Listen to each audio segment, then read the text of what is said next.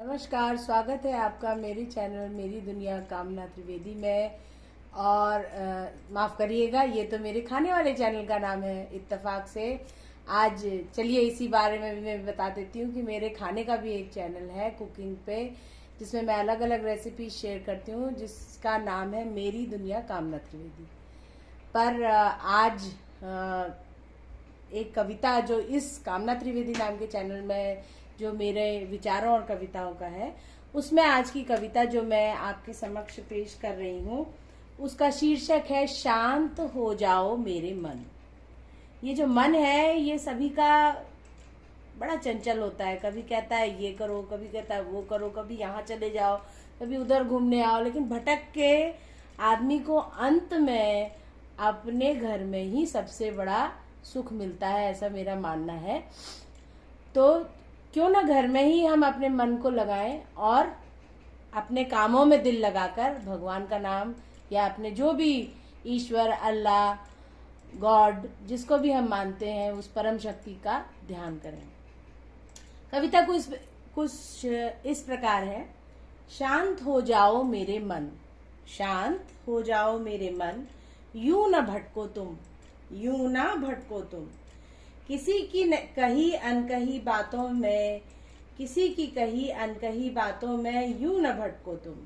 शांत हो जाओ मेरे मन, शांत हो जाओ मेरे मन। तुम कोई भावनात्मक वस्तु नहीं, तुम कोई भावनात्मक वस्तु नहीं, अपितु तुम तो परब्रह्म का अंश हो, अपितु तुम तो परब्रह्म का अंश हो। तुम अपने को किसी की कटु बातों से आहत न करो, तुम अपने को किसी की कटु बातों से आहत न करो।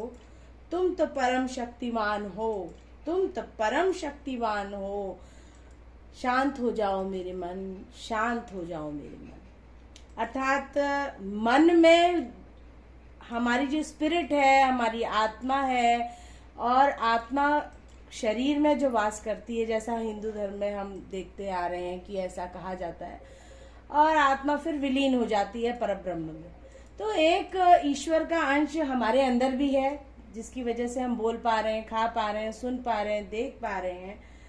तो अगर कोई आपको भावनात्मक या कटु शब्दों से कहीं आहत करता है, कहीं अनकही बातों, एक्शंस, डीड से आहत करता है, और मन में आपके उथल पुथल मचा जाता है, तो उस समय आप ऐसी कविता को सुने तो देखेंगे कि आपका मन काफी शांत हो जाएगा।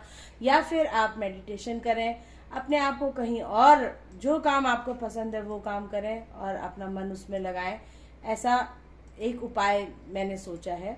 तो क्योंकि आप सबको तो नहीं बदल सकते, ना सबकी विचारधाराओं को बदल सकते हैं।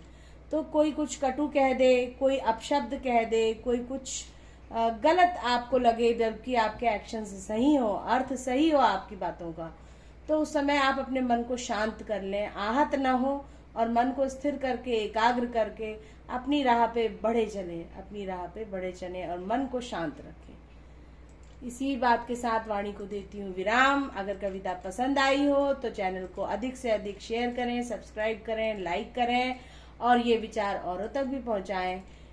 तो फिर मिलती हूँ फिर किसी और कविता और विचार के साथ। तब तक के लिए राम राम, नमस्कार, धन्यवाद।